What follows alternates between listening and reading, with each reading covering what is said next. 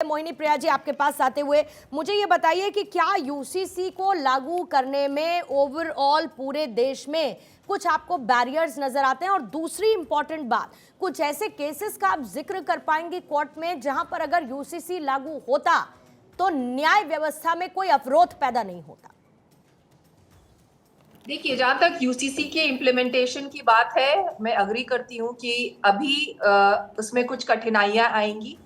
अभी इसको properly implement होने में कम से कम 5-6 साल लगेंगे। लॉ हमने बना दिया, बट हर चेंज की शुरुआत वैसे ही होती है।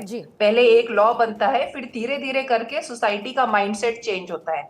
तो ये जो लॉ बनाया गया है, ये एक बहुत ही अच्छा स्टेप है। मुस्लिम महिलाओं के लिए ये बहुत अच्छा स्टेप है, क्योंकि मुस्लिम महिलाएं ट्रिपल तलाक और हलाला जैसी प्रैक्टिसेस से बहुत ही ज्यादा पीड़ित थी। चाइल्ड मैरिज के लिए एक बहुत ही अच्छा स्टेप है। तो लेकिन इसका जहां तक कि इम्प्लीमेंटेशन की बात है, तो हम अभी इस मंच पे ये देख रहे हैं कि इसका इतना प्रोटेस्ट हो रहा है। जब जब ये बिल आएगा तब इस पे और प्रोटेस्ट होगा।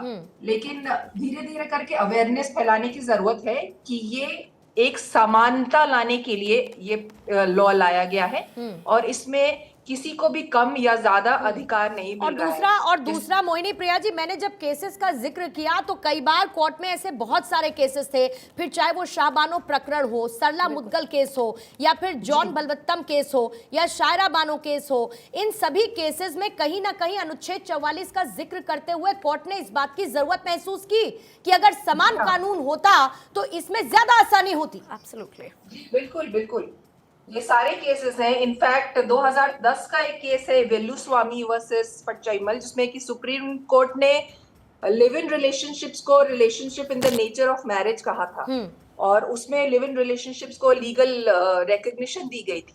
उसके अलावा आपने जिन भी केसेस का अभी जिक्र किया है, उन सब अगर उस टाइम हमारे देश में यूनिफॉर्म सिविल कोड होता तो अभी उसका डिसीजन कुछ और होता, हमारी महिलाओं की स्थिति कुछ और होती। तो लीगल पॉइंट ऑफ व्यू से एक बहुत ही अच्छा स्टेप है, और इसके इम्प्लीमेंटेशन में अभी टाइम लगेगा। प्रिया जी, आप कैसे देखती हैं?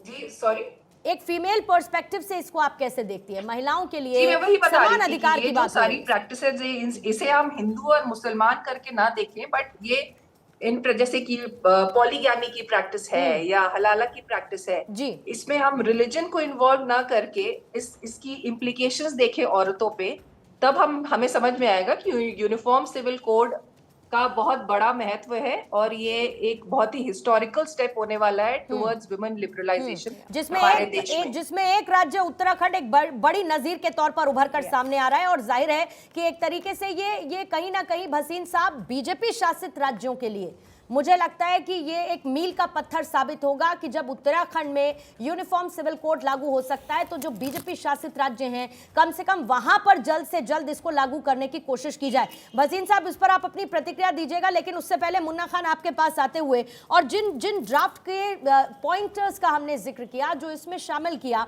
ये बताइए कि एक तरफ जहां पर आप ये कहते हैं कि इस मुद्दे को लाकर ध्रुवीकरण की राजनीति हो रही है, क्यों मैं पलट के ये ना कह दूं कि यूनिफॉर्म सिविल कोड का विरोध करते हुए ध्रुवीकरण की राजनीति, इसका विरोध करने वाले लोग करते हुए नजर आ रहे हैं?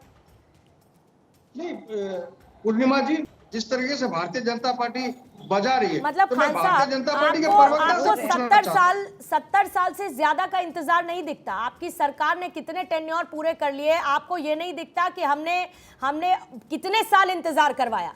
लेकिन अभी आपको आने वाले 12 साल दिखते हैं। और बिल्कुल ये देखिए फैक्ट है, इसमें कोई दो राय नहीं है, बिल्कुल जैसा मोहिनी प्रिया जी कह रही थी, तुरंत लागू नहीं हो जाएगा, लगेगा इसको एक्चुअल में पूरे देश भर में लागू होने में 5 से 6 साल का वक्त। लेकिन शुरुआत तो कहीं से की, शुरुआत चाहती तो क्या कांग्रेस की सरकार नहीं कर सकती थी? खान साहब, पूर्णिमा जी, मैं यही तो कह रहा हूँ, कांग्रेस की सरकार ने बहुत कार्य किए, कांग्रेस के सरकार ने विकास किया, जो भारतीय जनता पार्टी के नेता आज बेच करके अडानी का मुद्दों पर अलग मंच ढूंढ लीजिए जहां पर आप राजनीति कर सके। नहीं, ये राजनीति हो रही है, यूनिफॉर्म सिविल कोड हो रही है सर, बिल्कुल हो रही है राजनीति, कैसे नहीं हो रही है राजनीति? ताकि ध्रुवीकरण की वोट की राजनीति की जाए, तो ये आप नहीं कर रहे विरोध करके, आप एक वर्ग को खुश नहीं कर रहे हैं, ये बताइए जरा खान साहब। किसी वर्ग को खुश नहीं किया जा रहा, कांग्रेस पार्टी के विचारधारा में किसी वर्ग की बात ही नहीं है। इतिहास उठा के हम देखिए सभी प्रभु जात, कैसी सभी बात धर्म, करते सभी हैं, समुदाय जरा को इतिहास लेकर उठा के कर चलने वाले लोग देखिए। हैं। मतलब आप सारे गणित बदल देंगे आज यहाँ पर बैठकर, अगर एक जात सारे का गणित खुश आप करने बदल की देंगे बात यहाँ पर होती, बैठकर। तो आज भसीन साहब यहाँ नहीं दिखते। बताइए भसीन साहब, मुन्ना खान जी यहाँ दिखने चाहिए या नहीं, आप यहाँ पर दिखने चाहिए या नहीं? मैं सीधे सीधे कह रही हूँ कि इनकी भी सरकार थी, 70 सालों से ज्यादा का इंतजार हो गया, पहल कर लेते, शुरुआत कर देते। अब जब शुरुआत हो रही है तो इसमें इतना समय लग जाएगा, क्यों लग जाएगा इतना समय? उससे पहले ढोल नगाड़े पीट रहे हैं, क्यों? क्योंकि चुनाव है। पक्ष में तो उस समय की बहस को देख रहे हैं लोग। और दूसरी बात, जो हमारे कांग्रेस मित्र यहाँ कह रहे हैं, जो यूसीसी की हाई पावर कमेटी ने बुलाया था तो कांग्रेस ने बायकॉट क्यों किया? आप जो बात यहाँ कह रहे हैं वहां पोस्ट इस बात को बताइए मुन्ना खान जी, क्यों बॉयकॉट किया आपने, क्यों नहीं शामिल हुए उसमें?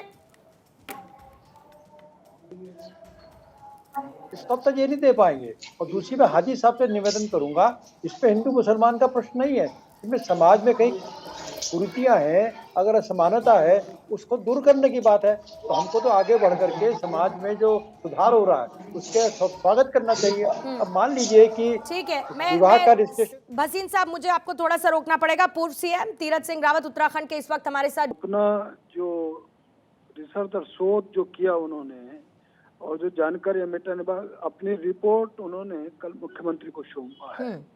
और अभी की हाल की जो विधानसभा कुछ दिनों बाद जो चलेगी तो उसमें वो लाएंगे और उसके बाद वो कानून के रूप में बनेगा और उसको फिर वो पास करते हुए फिर केंद्र को भेजेंगे।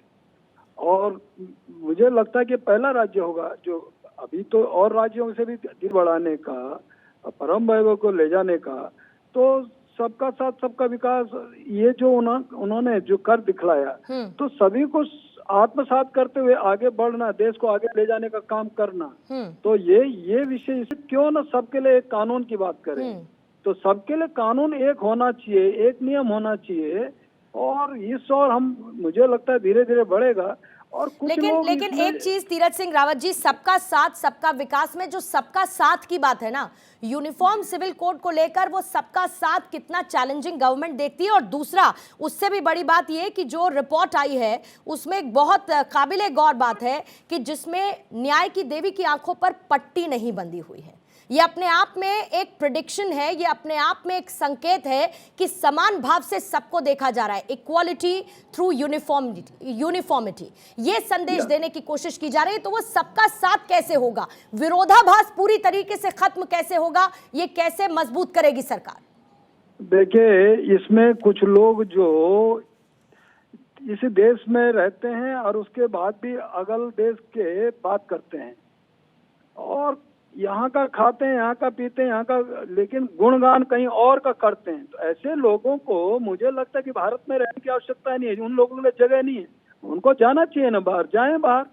ये यदि इस तरह की बातें वो लोग कर रहे हैं, वो जनता को गुमराह कर रहे हैं। यदि इसी आपको रिपोर्ट को देखेंगे तो मेरे जो जानकारी में ये रिपोर्ट जो तैयार किए पूछ कर जानकारी सभी समुदाय के लोगों से बातचीत करते हुए रिपोर्ट तैयार की है। अन्य समुदायों को भी लिया, जिस समुदाय की बात करते हैं कि वो इस तरह की बातें करते हैं, अन्य लोग करते हैं कि उनका हित है इसमें, ये नहीं है। मैं कहता हूँ कि उनको भी शायद उनके भी लोगों ने इसमें अपनी सहमति अच्छे लोगों ने जताई है। कुछ लोग कहते हैं साहब धर्म की बात है, मैंने कहा इसमें कहीं पूजा पद्धति की बात ही नहीं आती। धर्म अपनी जगह है और पूजा पद्धति सब अपने अपने उससे मना है, कौन मना करता है, इसमें कहीं ये नहीं, ये भी गुमराह किया जा रहा है।